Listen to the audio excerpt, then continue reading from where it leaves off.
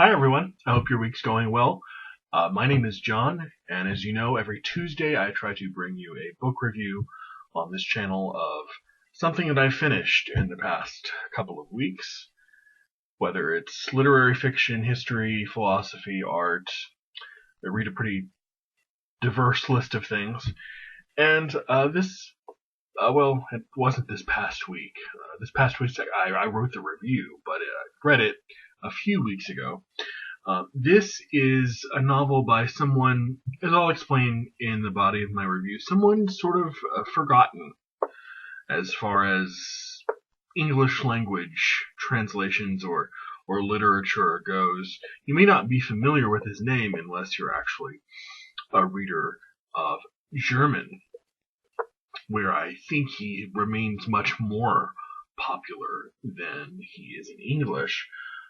The author I'm talking about is Theodor Fontane, or Theodor Fontane, and this is his novel called Irretrievable, or in the original German it would have been called, I believe, Unwiederbringlich, which translates to something very like unretrievable.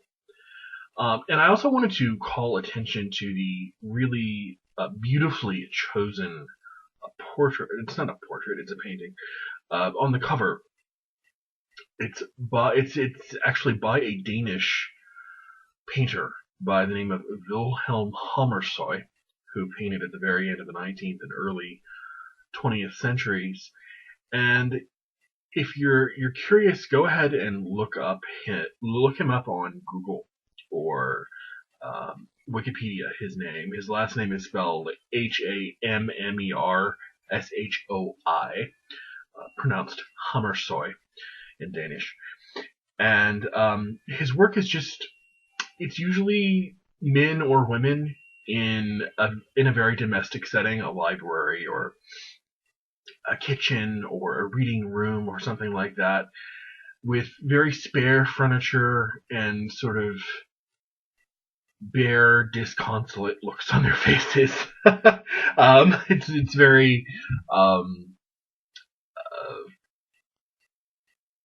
it's very sort of, I don't want to call it lifeless. It's very cold.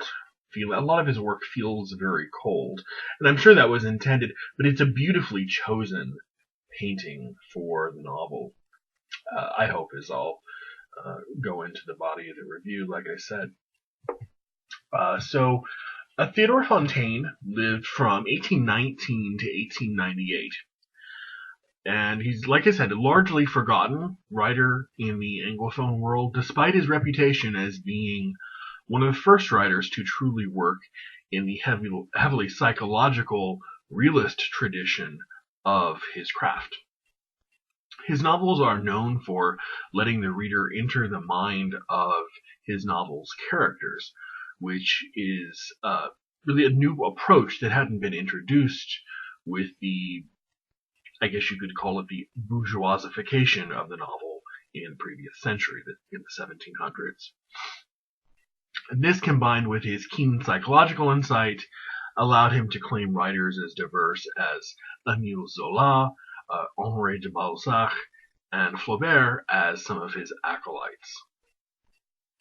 In fact, Effie Briest, which is Fontane's most famous novel, at least in English, bears a really strong resemblance to Madame Bovary, with its female protagonist expecting to find kind of satisfaction in marriage, maybe not true happiness, but at least contentment, but really only finding her husband alone, really leaves her alone when she marries a Prussian official. I'm talking about, of course, about Effie Briest, not Madame Bovary, who is not married to a Prussian official. But Effie Briest, she marries this Prussian official who is called away in service to Otto von Bismarck when Bismarck was the ruler of Germany. And you'll see how that is awfully close to the basically the action of this novel. But as far as NYRB classics goes, and this novel is, by the way, an NYRB classic. There you go. Right? Didn't quite. I don't know if I mentioned Philip Lopate's name on there. Philip Lopate is a fairly well-known literary essayist, maybe just to stretch the term a bit, a literary critic, but certainly a talented essayist. I found the publication of certain NYRB classics a little bit uneven as far as their curatorial decisions are concerned. At their peak, at their best, the persistence of their attempts to introduce Americans to writers that they should probably already know is pretty admirable. But, oh, excuse me, that's my loud cat. Ignore her. I think especially to be applauded is their continued unabashed cosmopolitanism. Their collection can probably be considered what we would call Eurocentric, but it's much less so than other lists that identify themselves as lists of classics, as the NYRB Classics canon does. At their worst, though, the writers that they choose are sometimes just downright weird, eccentric, bizarre choices. Are we really going to call, for example, Agnes Cagnati and Margherita Liberacchi, whose novels Free Day and Three Summers, respectively, are now cataloged in the NYRB Classics repertoire? Probably not, but perhaps one day, but maybe that's what a classic is, only time will be able to tell. So as far as the quality of this curatorial decision goes, it rests somewhere in the middle, I think. Not because Theodor Fontane is a poor writer, or doesn't belong in some sort of canon of 19th century German lit, but the NYRB opted to not go with a new translation, instead reviving one from 1964 by a translator by the name of Douglas Parmy, and as I said, including an introduction by Philip Lopate. The piece by Lopate is largely of historical interest and historical literary interest that really does a really good job of situating Fontane's place in the 19th century.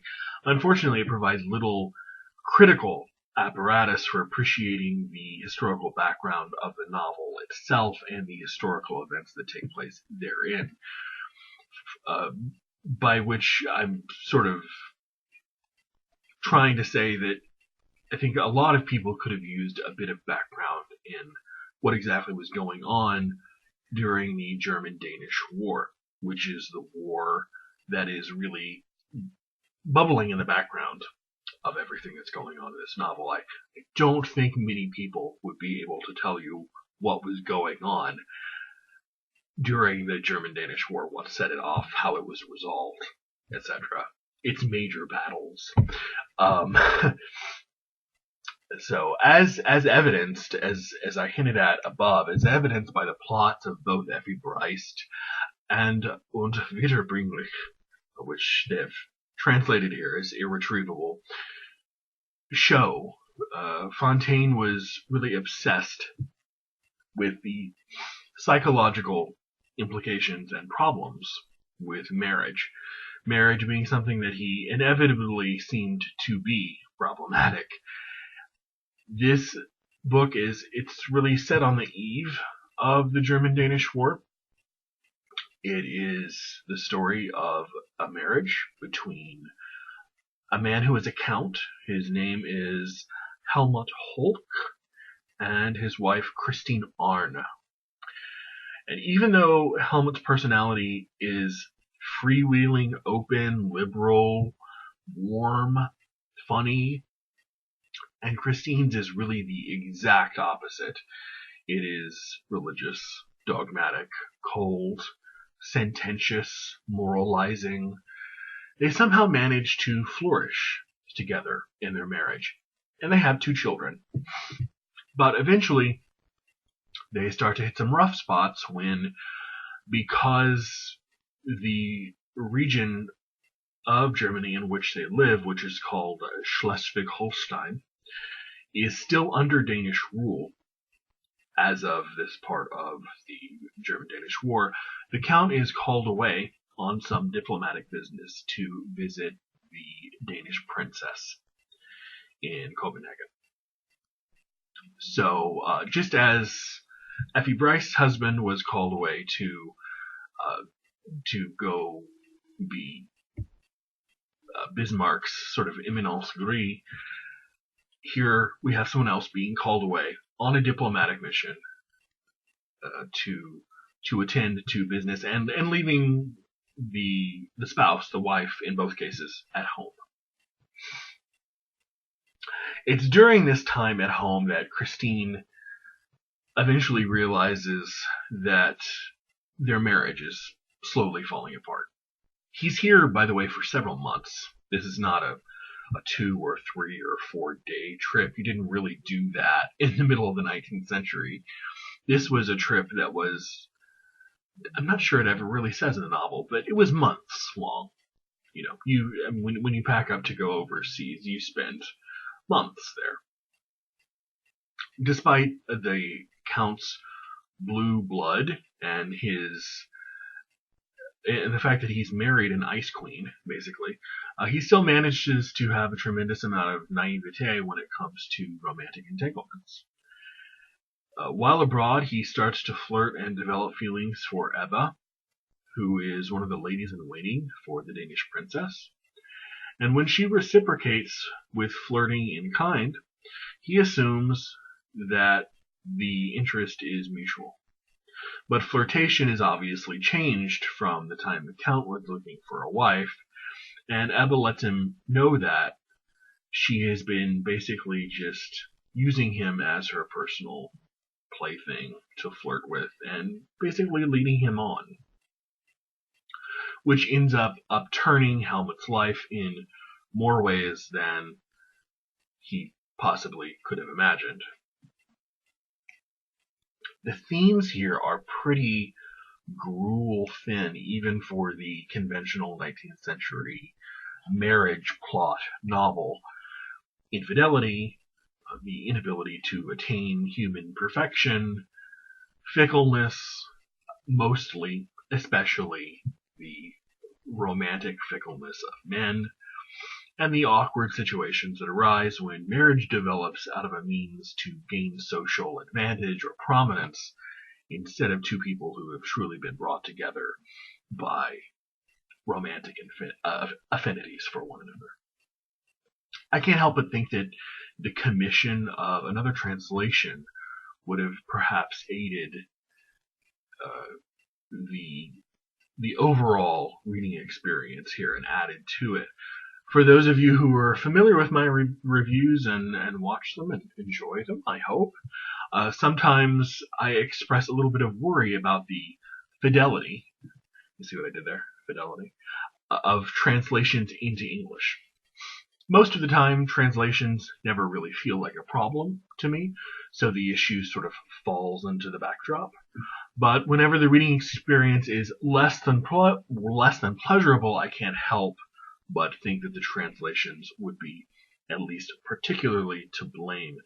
And when the translation is more than half a century old, that suspicion becomes even more pronounced, as it is here. In any case, I question the usefulness of reprinting such an old translation, instead of what they should have done, which is commission a new one. So let us to the streets in our demand of a newer and better Theodor Fontane. I'm sure that Effie Bryce has been retranslated in the past 55 years. Why can't we do the same for Irretrievable by Theodor Fontane? If you have any experience with Fontane, this novel or any others, or have maybe a pet 19th century German realist author you'd like to share, or novel that you'd like to share, leave me a comment below. And I will talk to you, with any luck, next Tuesday. Bye.